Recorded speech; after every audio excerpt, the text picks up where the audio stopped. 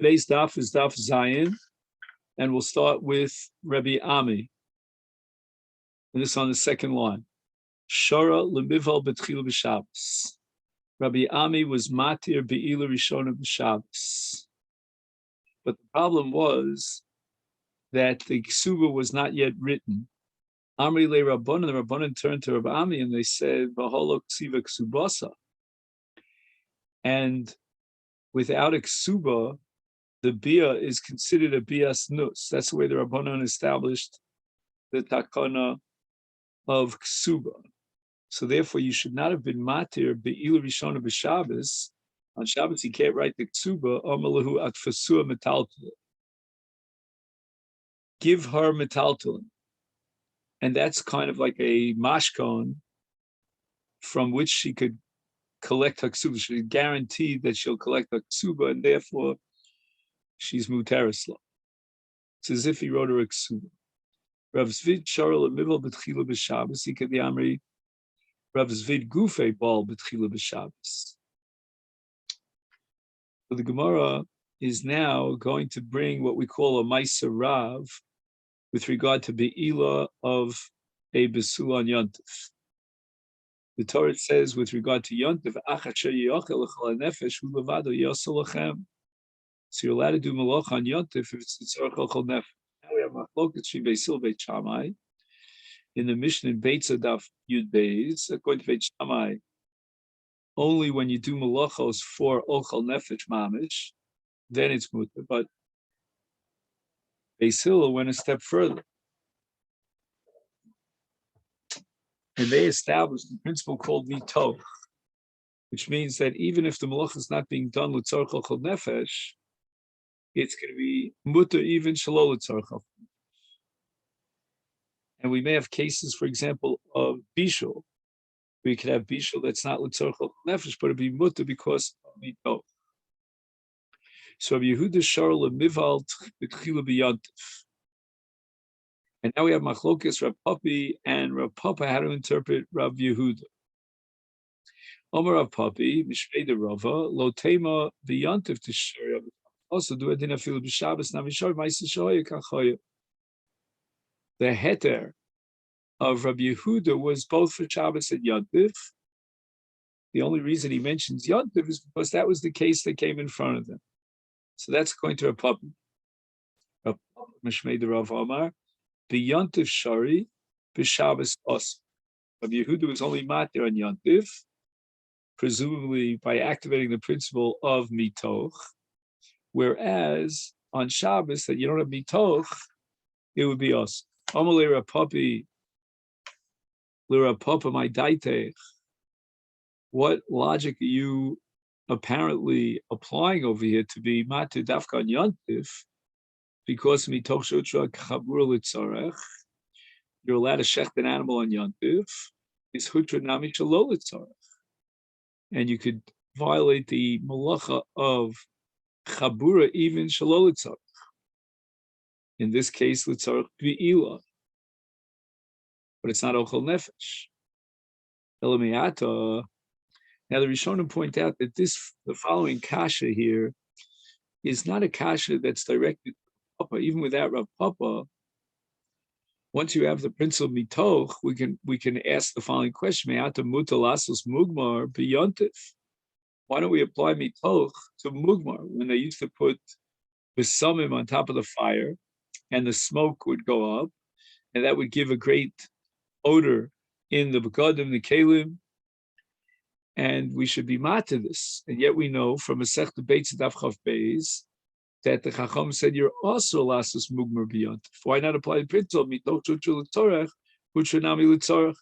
And again, this kash would be directly on the man Yomru says mitoch. Amalei, so Rav Papa responds to Rav Papa. Yolecha Amar Kra, the Torah addresses your question. Akacher yeh achel l'chol nefesh davar shav l'chol nefesh. So the phrase l'chol nefesh is interpreted as something that's universally accepted as ochel nefesh, which is called the shavel ochel nefesh, like shchita, for example, for achila, it's shavel ochel nefesh. And then we're going to be matir through mitoch, even chabura, for the sake of be'ila. which is also a davar shavel chol nefesh. But mugmar is only for mifunaki. Amalei Rav Acha Brei the Ravler of Ashi Elameata. The Torah is only mat is something that's shavel chol nefesh through mitoch. Is nizdame lo tzvi biyontiv hoil vieno shavel chol nefesh achinami de osle mishchete. And now we're seeing something that has nothing to do with mitoch directly, but even ochel nefesh. The Torah is matir ochel nefesh on yontiv, but it's got to be dover shavel chol nefesh. And tzvi is something that's very complicated to capture, and only the ashir, the wealthy people, will eat venison meat because they capture the tzvi. Is we should asa shchita of tzvi on yontiv because it's not an ochel nefesh, that's shavel chol nefesh. Amalei Sigmar says, no, you're missing the point. Your analogy to tzvi is off the mark. When I said shavel chol nefesh, I meant something that any nefesh would benefit from. Tzvi tzarech l'chol nefesh. I mean, if that's what you have, you're a wealthy guy, and you have venison meat, or somebody takes you out to eat in a fancy restaurant, he treats you. So that's called motzi l'chol nefesh. The question whether you have the finances or not to afford it, that's a different question. But the achila itself and the shchita u'tzarech achila is the tzarech chol nefesh. Not so in the case of mugmar. Mugmar is not a tzarech. I can have all the money in the world, but I don't enjoy mugmar. It's not a reach tov that I would enjoy. It's only for mefunakim. Amar Rav Yaakov bar Idi Hora Rabbi Yochanan b'Tzaydon Osul Mival b'Tchilu b'Shabbos. So again, we've had a number of different Amoraim with different final views on whether or not Bila Rishon b'Shabbos is mutter. Here's a view quoted by Rabbi Yochanan, and it's os. Now notice that it says Hora, and the Gemara is very put aback here by the word Hora. The word Hora in the Gemara's Kasha now is exclusively dedicated to Arola Heter, because when it comes to be mater something, which is called Koch Tetera Adif, you need a raya, you need a proof, you need a svara, you need a kabbalah from your rebbeim.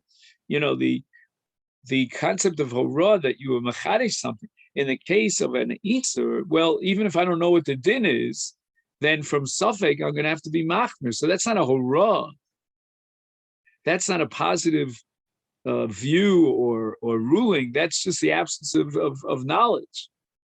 And the Gemara now is going to embark upon a proof here from two different places that the word hora is actually appropriate for a horas iser. Vatnan, I'll prove it to you. Now the word vatnan here means not v'loshen tmiya, but rather v'loshen tziyura. I'm going to prove to you from a Mishnah that the word hora is appropriate for an iser. And this is a Mishnah in Nazir Daf Yutesam Beis. And the issue is what's called Vayomi Maharishonim Yiplu, meaning in Nazirus is a separate halacha. If you matame yourself, if a Nazir contracts Tumah, he's got to start from scratch. And now we're talking about a Nazir who is in Chutz La'aretz, and he completed his Nazirus, but then he comes to Eretz Yisrael. Now, when he comes to Eretz Yisrael, it's as if his Tumah from Chutz La'aretz now comes to the fore. It sort of like activates his Tumah.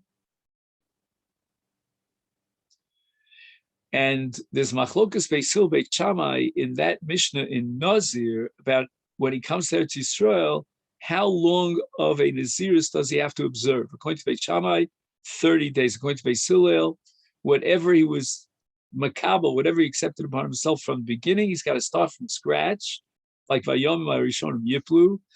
And the Mishnah records a Maisa of Hileni Amalka, and her son went out to war, and she wanted to pray to Hashem and get a merit that her son should survive the war, he'll return from the war b'shalom. So she took upon herself to be a Nazirah for 7 years. A son comes back from Milchama. She observes Nazirus for 7 years, and at the end of the 7 years, she comes on Aliyah to Eretz Yisrael. V'horuo Beis Hillel shetehei Nazira od sheva shanim acheros. That she now has to start from scratch. The 7 years of Nazirus that she was Noheges and Chutzotz is not calculated in the Kiyum of Nazir. She needs to start a whole new counting of 7 years of Nazirus. And it seems that Beis Hillel is instituting a knas that generates a chiyuv to start anew his Nazirus in Eretz Yisrael. Because the Nazir has to be very careful not to be mitami himself. And Chazal made a gzera on Tumas Eretz Amamin. And therefore, we're going to assume that while he was in Chutzotz, it's Ki'ilu, he contracted Tumah. Now he's got to start his Nazirus from scratch when he finally comes to Eretz Yisrael. And that's going to be Machlokes Beis Hillel Beit Shammai. According to Beit Shammai, he doesn't have to start from scratch, but rather he has to be knowing 1 month's worth of Nazirus. Beis Hillel, on the other hand, holds he's got to start from the beginning. And that was the Horah of Beis Hillel to Leni Amalka. And we see it's Horah L'chumra. And the word Horah is appropriate even for Isur. Inami, I'll give you another example of Horah L'Isur. Yod Sanya Bryson Chuludaf Memheim and Beis Chut HaShidra, the Nifsach, right, the spinal column of an animal, Nechtach Berubo. Most of it was detached. And Rebbe says in such a case, the baby is a treifa. Rabbi Yaakov Omeno, afilu nikev. Even if there's only a nekev in the chut hashidra, that's enough to warrant classifying the animals a treifa. And they brought an animal in front of Rebbe and had a nekev in the chut hashidra, hora Rebbe, ki Rabbi Yaakov. Apparently, Rebbe did not rely on his own kula that you need nifsak rubo, but he was machmir to consider the animal a treifa because a nikev like Rabbi Yaakov, and that's called hora. Hora Rebbe ki Rabbi Yaakov. That's hora l'chum. Now, once the Gemara quoted this machlokas in Rabbi Yaakov, the Gemara concludes it by saying, "Rav Huna ein aloch ki Rabbi Yaakov." We paskin like Rebbe, so that's a cool. Rav Nachman bar Yitzchak Masni Hachi, he had a slightly different version of what exactly went on in Rabbi Yochanan's Horah L'Isur B'Tzaydon. Omer Rabbi Abba, Omer Rabbi Avo, Shol Rabbi Shmuel ben Yaakov Dimin Tzaras Rabbi Yochanan B'Tzaydon. Ano Shami Ma'u Livo B'Tchil Shabbos Nolios. I, Rabbi Avo, heard that they asked the question of Ma'u Livo B'Tchil B'Shabbos, and Rabbi Yochanan's response was us. But Vehilchas the Gemara concludes Mutter Livo B'Tchil B'Shabbos, and there's no Isur Malacha, there's no Gzeira Shemi Yishchat Ben Of that we had earlier on Daf Hey. And as far as the poskim are concerned, the Tur and the Shulchan Aruch are Chaim Siman Reish Pei, and Venezah Siman Sabat Gimel. They paskim Mutter Livo B'Tchil B'Shabbos, like our Maskon.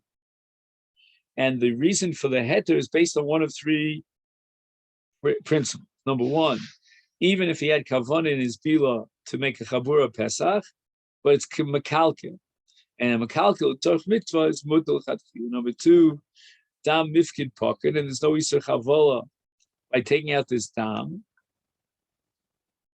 and there's no isur mishum Pesach because that's called the malacha chen tzrichul gufa b'makom mitzvah itir rabbanon. And thirdly, mishum davar shenim miskavi mutal chol adam, and it's not called a psik reisha because it's possible to do bataya. And a baki bataya certainly is mutal livel b'Shabbos. Misha eino baku bataya us. And now we start a new sugya, and that's the sugya of Yemei Birchas Chasan. Omar Rabbi Chelba, Omar Rav Huna, Omar Rabbi Abba Bar Zavda, Omar Rav Achas Besula, the Achas Almona, Te'una Brach. At the time of the Nesuin, we need Birchas Chasana. We're not talking about the brachos at the Seudah. We're talking about the brachos under the chuppah. Now, at this point, the Gemara thinks that Almana has the same status as Basula, as far as Birchas Nesuin are concerned. So based on that assumption, the Gemara asks Stiro, Mi Amar Rav Huna Hachi, is it really so that Rav Huna made a statement that Nisui Almana generated Birchas and Amar Rav Huna Almana Eina to Una Bracha? And the Gemara assumes that Eina to Una Bracha Klal Lokash can be Bacher Shenas Almana, can be Almon Shenas Almana. So if an Almon who's been married before, this is a second marriage for him, marries an Almana who's been married before, this is a second marriage for her. So it's for both of them, it's a second marriage. The simcha is not such a great simcha, and therefore they weren't misakin and birchas chasanim. But in the case where one of the two, either he or she, is a first marriage, like for example, let's say a bacher marries an almana, he was never married in his life, his simcha is a great simcha, and they were misakin on his behalf, birchas chasanim, to express his gratitude to Hashem for the great simcha. So the Gemara asks me, Almona, Almon, Shenas Almona lo. Are you telling me now that there's no takonas birchas chasanim if it's a second marriage for both of them? V'amar Rab Nachman Amar Lihuna bar Nasan Tana. We learned in the Brayso Masechet Kala. Minay lebirchas chasanim basara. Shenever it says by Boaz. Vayikach asara nashim yizik de'er v'yomer shvu po v'yeshevu. They prepared 10 people to be Mavarech Birchas Chasanim. And Boaz Almon Shenas Almonah. Both Ruth and Boaz had been married previously. It's a second marriage for both of them. And in fact, Boaz had 30 male children and 30 female children before he married Ruth. So he was certainly an Almon. And Ruth was married to Machlon. And she became an almana when Machlon died. So we see clearly that even in the case of Nisuya Alman and Almana, there is a takonis birchas chasanim. And therefore the Gemara reformulates the halacha here and says that Rav Huna says, "Umay eina tuna bracha yom Rav Huna, eina tuna bracha kol shiva yom echad tuna bracha." So in the case where it's a second marriage for both of them, they get 1 day of bracha. And here we have Machlokes Rishonim. What does that mean, 1 day of bracha? Does it mean only the first Seudah after the Nesuin, or all the Seudos of that one first single day? So when Rav Huna says Achas Pesul ve'Achas Almana Tuna Bracha, and we said he was talking about a case of Bacher Shenas Almana, that means that there's a full 7 days of Sheva Brachas. In what scenario would there be 1 day of Sheva Brachas? That's an Almon Shenas Almon. Ella, so Gemara Sakasha now. Ha this Sanya. We learned the Brayso back on Daf Gimel Mid Beis that the reason why they made a takon of Chachamim that Almona should get married on a Thursday is Shaku Chabatkos Yisrael. He shouldn't go out to work for 3 days after he's married. So on the 5th day, he doesn't go out because that's Yom Chuppah. On the 6th day of the week, that's Friday, he wouldn't go out because of Chibas Bia. And Shabbos, and anyway, he can't go out to Malach. So he has a Sameach Ima, he's with her for 3 consecutive days. Is the Gemara asks Kasha. Who is the Almana married to?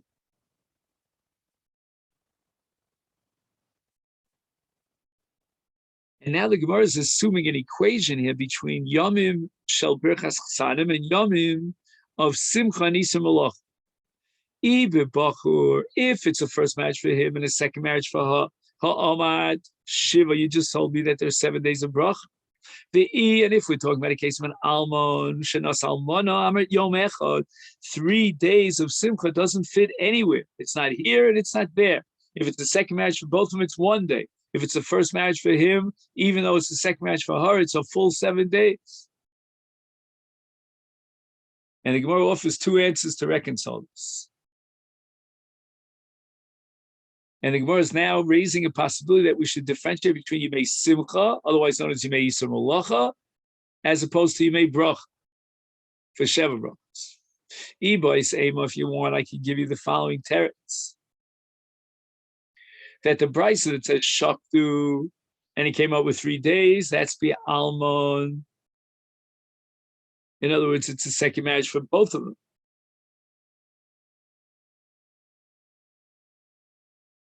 And what's the din? If it's an Almon Shanas Almana, Yom Echel Bracha Shloshel Simcha. We're now differentiating between bracha and simcha. Simcha is a basic, absolute requirement, 3 days of simcha. Bracha, if it's not a first marriage, neither for him or for her, then it's going to be Yom Echad. Another way of reconciling the price. Bechur. So we're talking about a bachur who marries an almana, and shiva lebracha ushlosha lesimcha. So as we said before, there's always going to be a minimum of 3 for simcha, even though she's an almana. As far as bracha is concerned, it's his first marriage, so therefore he has simcha, and therefore he's chayiv in 7 days of bracha. So if we summarize now, we say the following: an almana, whenever she gets married, automatically she gets 3 days of simcha. He can't go out to work. Doesn't matter whether it's a bachur, a first marriage for him, or an almana, he's been married before. As far as you make bracha, here's where we get into distinctions. If the chasan is a bachur, first time marriage, then he'll get shivas yimei bracha. However, if it's a second marriage for both, then it's only 1 day of bracha. 3 days of simcha, but 1 day of bracha.